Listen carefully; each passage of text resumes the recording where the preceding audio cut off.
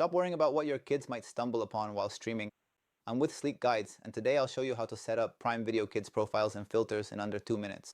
Step 1. Creating a kids profile on the web. Head to primevideo.com and hover over your profile icon.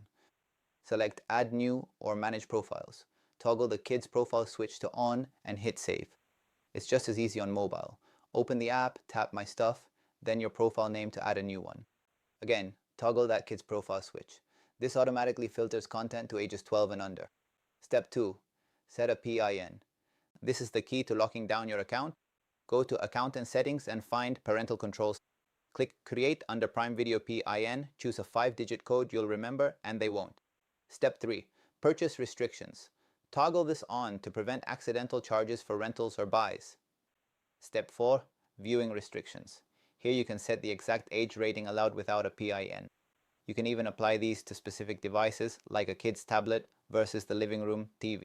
Step 5. Profile Lock. Go to Manage Profiles and enable a lock on your adult profile. This ensures they can't just switch back to your account to watch mature shows. And that's it. Your Prime Video is now a safe space for the whole family.